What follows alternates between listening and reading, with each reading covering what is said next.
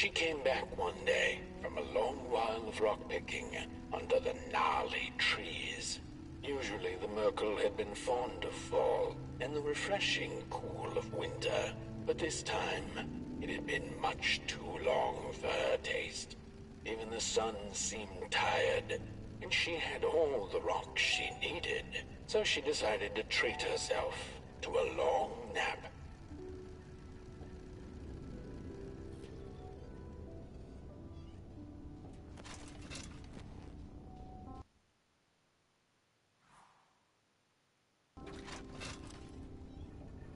The Merkel dreamt many dreams of the mysterious moon and the critters living within its craters, and of the ocean and its deep secrets known only to the sea creatures and the corals, and of the twinkling stars that had so much to tell, but they were too far away to be heard.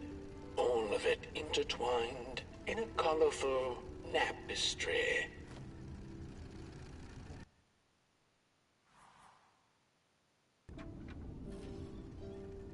And so she woke with a yawn, so big it could have devoured the sun.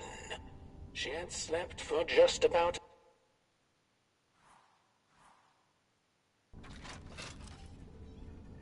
And so she woke with a yawn, so big it could have devoured the sun. She had slept for just about a decade.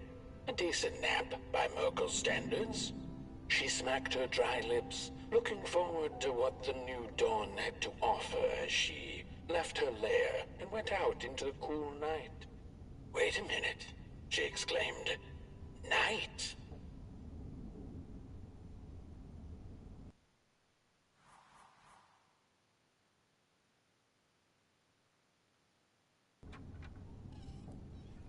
Where was the sun? Where its warm rays should have been there was...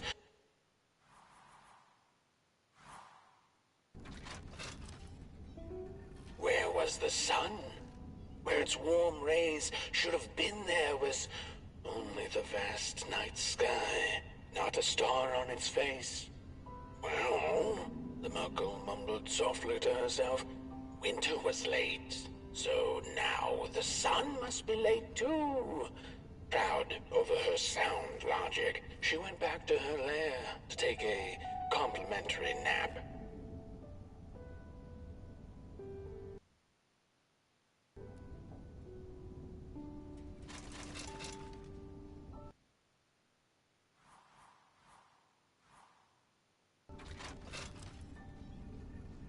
The Merkel had taken a nap that had lasted 2 decades.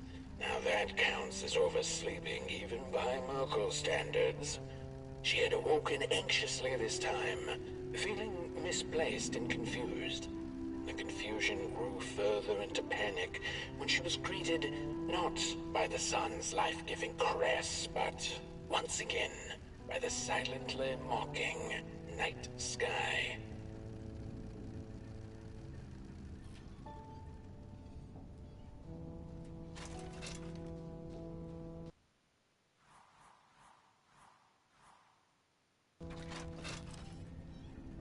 There was one star out that night, and it glowed a cold red.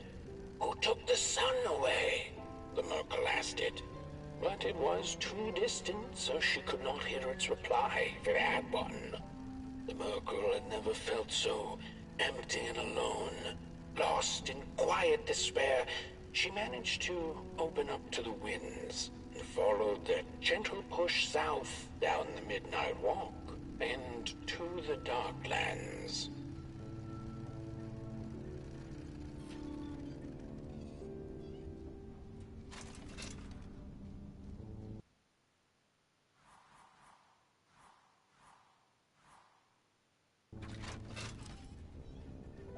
Along the walk, she met the old soul fisher with whom she'd shared many a teacup in her days. Is that the Merkel I see? Another decade, another teacup, eh? He chuckled, but the Merkel sure wasn't in the mood to discuss teacups. Who took the sun away, soul fisher? Surely it wasn't caught by your hook. After pondering for a good minute, the Soulfisher answered, "Well, there have been whispers among the fish and corals about a loathsome, hungry Mulgrim roaming the swamps. Perhaps it knows." By the time the Soulfisher looked up from under his big hat, the Merkle had already continued down the road.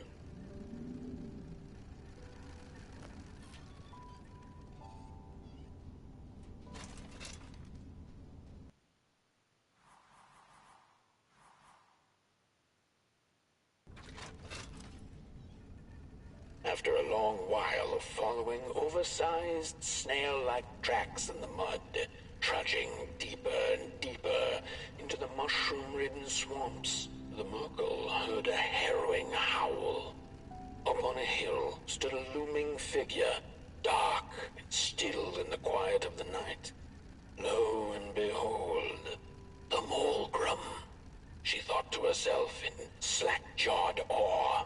She greeted the creature with a quivering voice and, unable to restrain herself, asked, "Do you know who took the sun away?"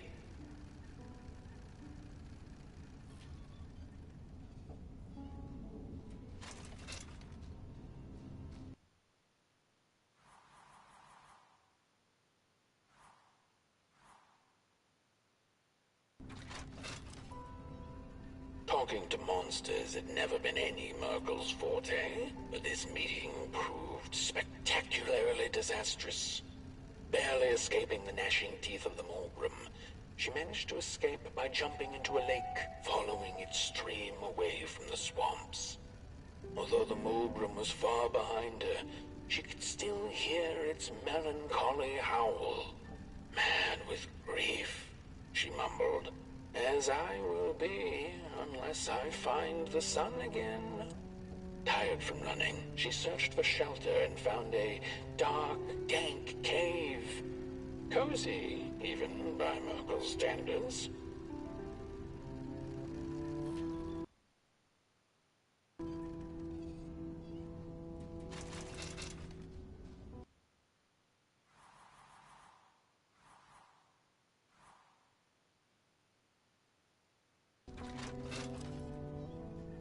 The wind blew cold in the cave, its whispers strangely soothing to the Merkle.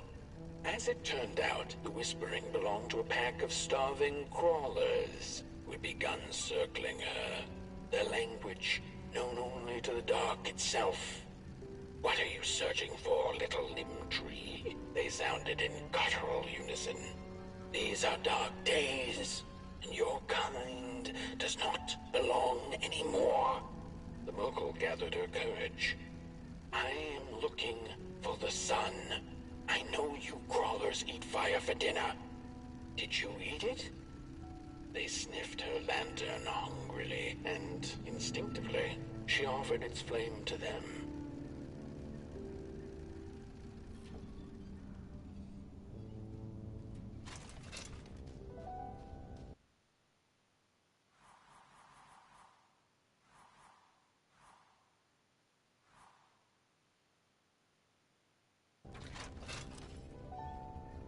The crawlers cackled like mad chickens. "Keep your fire, Clayling. Take it to the dark itself. Mayhaps there you shall find answers." Before the poor little Merkle could shriek, the crawlers had gone with the wind. Knowing not where to find the dark itself, well, everything looked pretty dark to her. The Merkle found her way back on the road, further away from home than she had ever been. The hills were looking stranger by the hour. The rocks upon them seemed to move. They were the head people, a peaceful yet grumpy sort who didn't take kindly to somebody's perusing their lands. They muttered at her as she passed them, but she couldn't make out their words. "What's that, little headlings? Are you saying you know who took the sun away?" But the heads only grunted and rolled away, back to the safety of their huts.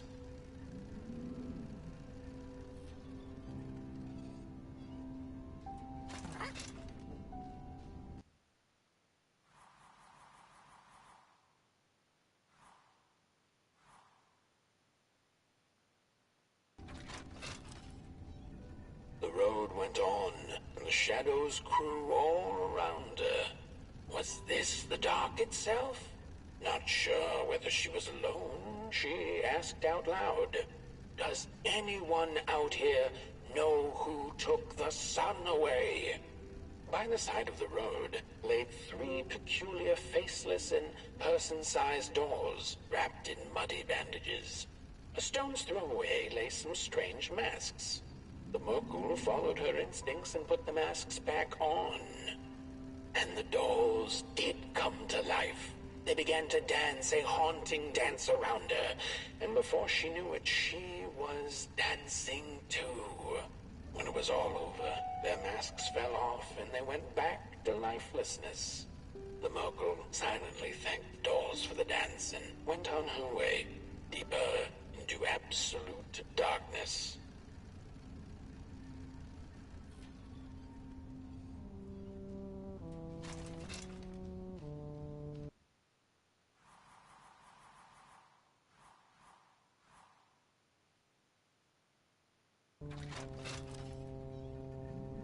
Before she knew it, the little Merkle, lost and tired, came to stand before the dark itself with a burning question clenched in her fist. She felt like punching the dark with it, screaming it out like the howling Morgrim, laughing it out like the starving crawlers who had nothing left to eat but the hope of others. Who took the sun away? It then asked the Merkle. Its voice sounded like a dark forest, deep and ancient. "It wasn't you," the Merkle retorted. "You're its complete opposite. Surely you must be the reason it's gone." The dark then replied, "I am but the absence of light, not its adversary. Light is because I am. How could I possibly hold it in my possession?" The Merkle felt her anger fade. She understood little besides one thing, that the darkness was not behind the missing sun, nor her suffering.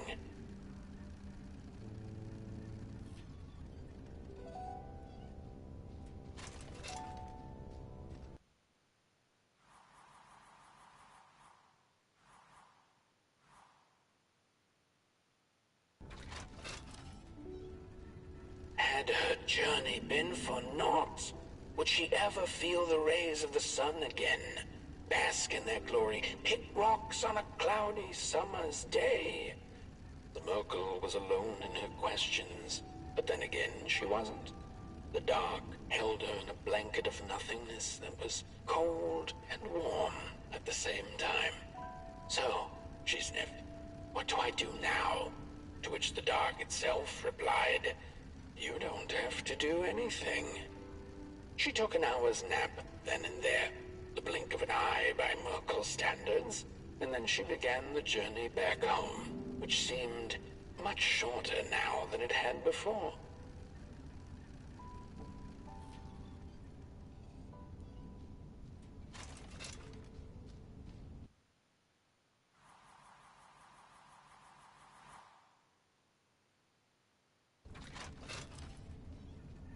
Back home on her hill, memories of the Merkle's many encounters along the way came circling back into her mind. None of her new acquaintances had been able to answer her burning question, but they hadn't been a waste of time either. She knew not if the sun would return tomorrow, in another decade, century, or never. She knew now, however, that she didn't need to know. She had the dark, and in it, anything seemed possible. So busy with her search for answers, ever since she'd left home, she'd completely forgotten to look up. The stars twinkled in the night sky, and there were so many, and they kept her good company. If only a little rock-picking Merkle could know that the seemingly tiny stars were in fact thousands upon thousands of suns. The end.